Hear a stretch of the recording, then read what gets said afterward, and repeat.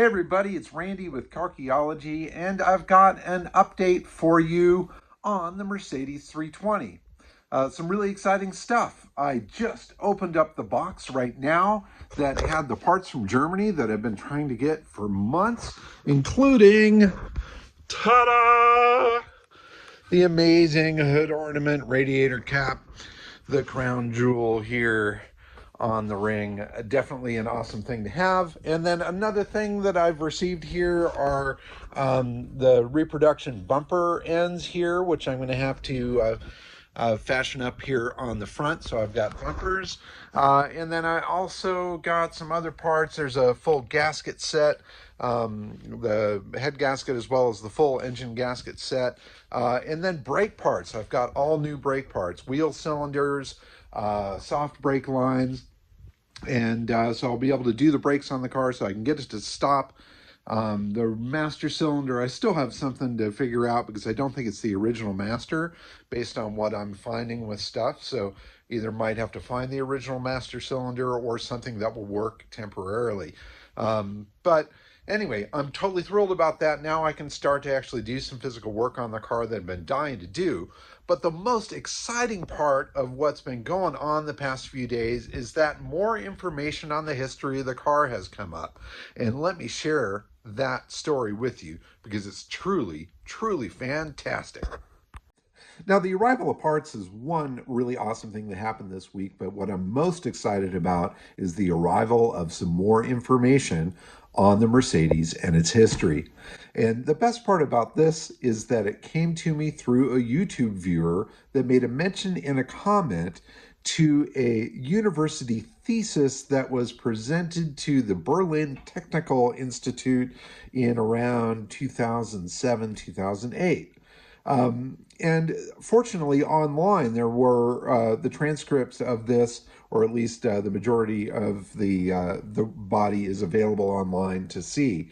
Now, it took a while to find it. This isn't something that's been really publicized and pushed out there, but like any thesis, it has been published. That means in Germany that it needs to be put into a book. I think 2 copies need to be made, one for the university itself and one for Library of Congress, so to speak. In any case, the online representation was really fantastic, and it was put together by a guy by the name of Christian Benebessel. Now, Christian, his study or his focus of his study for this submission was coach-built vehicles prior to 1940. And it covers a broad range of coach building, including the whole history of coach building as a craft, and venturing into different companies and different things that were done and so on and so forth. But the part that was most intriguing and most exciting to me was that he apparently befriended Johannes Beeskow, and interviewed him 3 times on coach building and on his history in the world of automotive design. Now, for those of you that don't know who Johannes Beeskow is, I first came across his name in regards to the coach-built bodied Volkswagens by Rometsch that bear his name. The Rometsch Beeskow, which I'll show you a photo of here, was a sports car of sorts based on a Volkswagen chassis with an aluminum body, very swoopy, very interesting looking car. It's said that the design of that was an inspiration for Mercedes, for the little eyebrows over the fender wells that ended up going on to the 300 SL models and 190 SL models. In any case, he was tied in with Rometsch, and he also was tied in with many other companies and other cars and stuff during his life. And one of the coolest part about this particular report is that in this interview, it really talks about Johannes Beeskow's whole history from childhood on throughout his whole career. Now, this was all submitted as a full report in, I think it was 2007. And Johannes Beeskow passed away in 2005. So this interview with him was obviously prior to his passing, but it may have been the last time somebody really had interviewed him in regards to his life and all the creations that he's done. And it started out, he was born to a family that were a couple generations of what they call potters or pipe fitters, I believe, there in Berlin. And they had their own factory there, and it was a business that had been around for a couple of generations in the Beeskow family. And like any family, when the next generation comes along, you kind of hope that they join up and are a part of that game. But Johannes was born in 1911, and by the time he was of cognitive age and paying attention to what was going on out there in the world, his fascination with cars became his main focus. And like all of us car kids back in the day, we spent all of our times drawing pictures of cars and dreaming about stuff from back then. And Johannes was very much that way. Now, what set him apart from guys like you and me is that Johannes could really draw. And as at a young age, his father noticed that he really had a knack for this and a serious passion for it. And once he realized that his son's heart was not in the family business, he did whatever a good dad would do and supported his son in trying to follow his dream of art and working with automobiles. And when he was 14 years old, his dad took him to Berlin to a company called Josef Nuss that were coach builders and automotive designers of the day.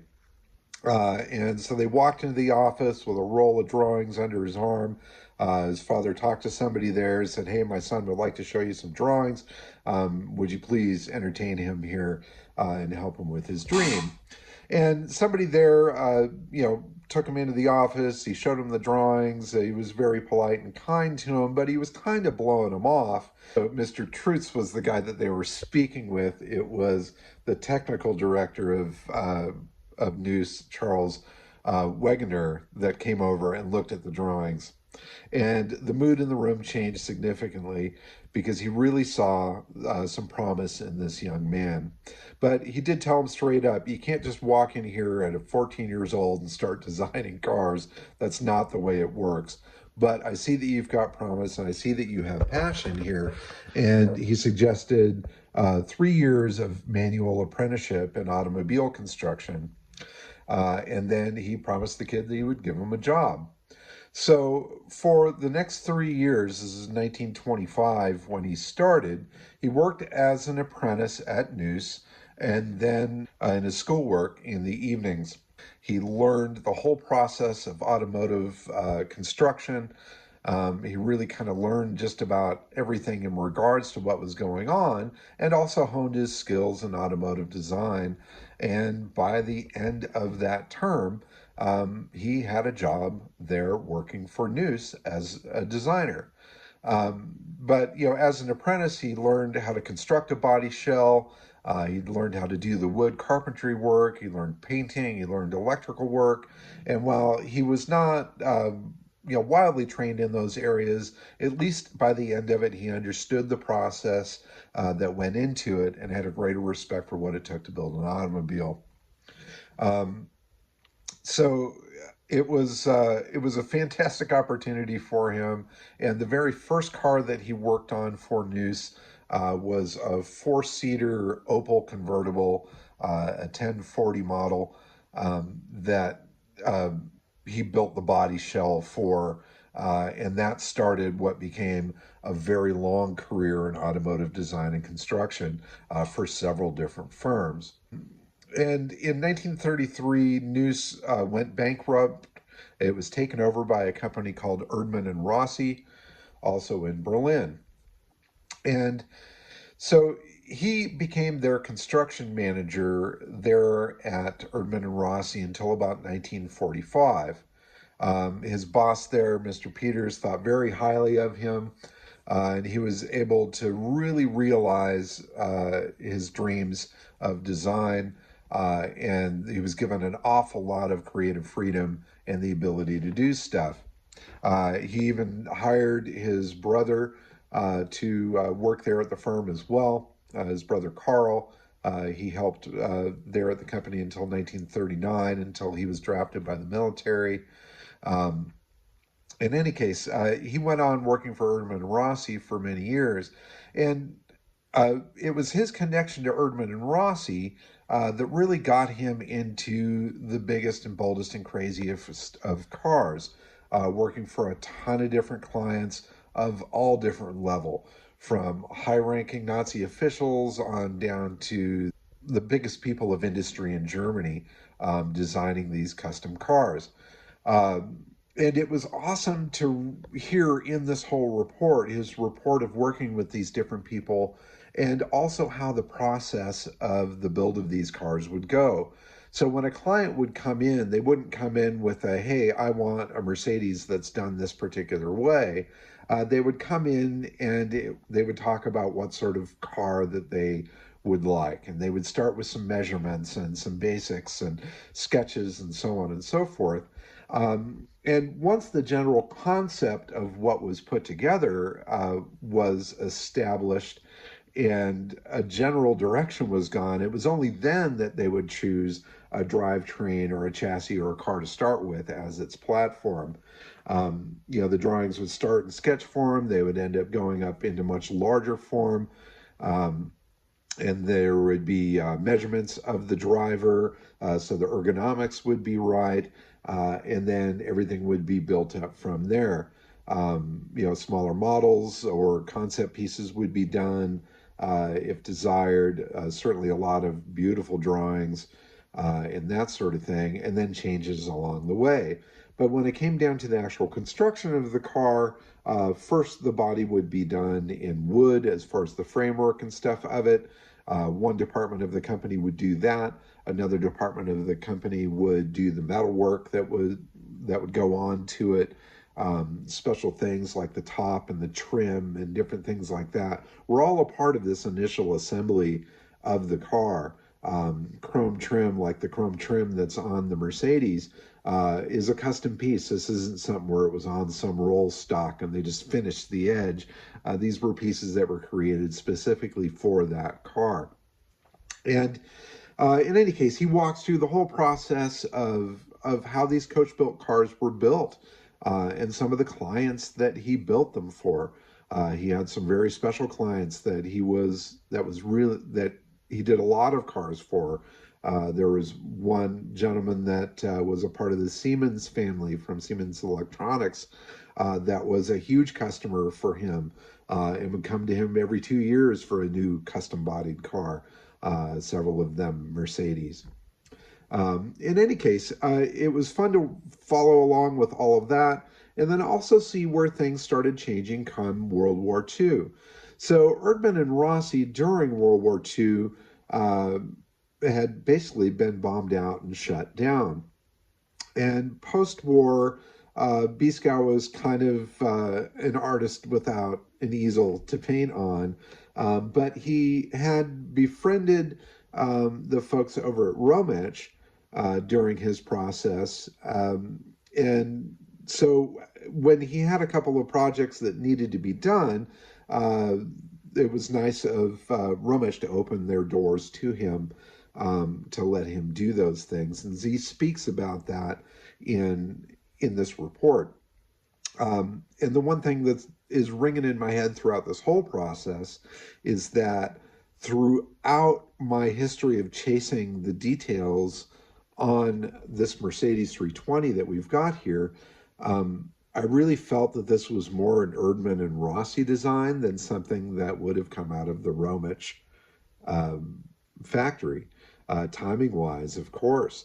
And this report really kind of spells that out. In fact, it says that he didn't really officially join the Rometsch team until 1949. And it was at that time that he took over as main designer there. He got involved with doing the Rometsch Beeskow model, which is one I'm very familiar with, and so on and so forth. But in the report, he talks about some of these cars that were done in between. And there is a list of photographs that were used in this report that spell out the most important cars to Beeskow that he was involved with. And in that list, there shows in 1948 a Mercedes 320 Sport Cabriolet that I believe wholeheartedly is the Mercedes that's here in the lab right now. Right above that is a Maybach that was done at the same time, 1948. I've seen photos of this Maybach, and in the photos and info, it refers to the Erdmann and Rossi design and it being completed at Rometsch.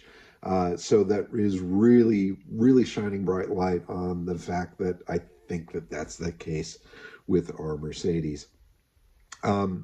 So right in print, it shows this particular car and it references a photo that is in this report that unfortunately I'm not able to access online. So I I'm trying to dig deeper. I'm trying to find more. If there is a list of photos that were there in this particular report, they have to be somewhere. I don't know if they're in the printed versions of the books that are in their Library of Congress or in the Berlin Technical Institute library, or if there's some other part of it. Now, the writer of this submitted all of this back in 2007, 2008. So that isn't that long ago. So I started to just hunt and see if I could find out some information there. And unfortunately, I hit the ultimate roadblock when it came to that, in that Christian Benebessel, the author of this amazing report, passed away in June of this year. So I just missed him because he very well may have had those photos in his closet or something like that. So I'm going to continue to hunt down that path, see if there's any possibility of finding heirs of Christian Benebessel, see if there's anything there. I've got a friend that is joining up with the hunt there in Germany to talk to the Technical Institute, also check with the library of the National Library there to see if there's a copy of this report that might have those photos. We're still trying to find Beeskow's original album, which I believe after his passing in 2005 was sold to the Volkswagen Group, might be a part of Audi, might be a part of the Autostadt Group, or who knows where it is, but I believe it to be there. And I've found photos of that particular book that Beeskow had, with Beeskow holding it at one of the big VW events over in Germany. And if you look real closely at this photo right here, at the pages that are open, he is right there in the era of when this car was built. So I have this like sneaking suspicion that there's photos of our Mercedes like on the next page in that particular book. In any case, there's still an awful lot to find out. However, I'm really excited that I have finally seen something in print that references this car. It definitely confirms the connection of Johannes Beeskow to the design of this car, which is fantastic. His connection to Rometsch is obvious. His connection to Erdmann and Rossi is obvious. The design elements of this car are so similar to some of the later works of Erdmann and Rossi. I'm really, really confident that with further hunt, we will be able to find some more information, either in Erdmann and Rossi history or through further research on this particular report. In any case, I hope you followed along with all of that. I really kind of rambled on here for the past 10, 12, 15 minutes, however long it's been, but I'm super excited to have found some more info on the car. Still, what's missing is who the car was originally sold to and who the car was originally built for when this coach work was done. So those are mysteries that I may never find out, but I'm definitely going to continue to hunt. So while that research continues, I now have some parts. I can start with doing some mechanical work on this Mercedes and see if we can get this baby fired to life. And I thank all of you for watching and joining in the hunt on finding the history of this particular car, especially to the guy that commented with the link to this amazing report, because it absolutely made my day, not only to learn the history of Johannes Beeskow and his work throughout the automotive industry, but to establish a firm connection in writing that this car was one of his works. In any case, keep on digging them up and driving them, folks, and thank you so much for watching. Bye-bye.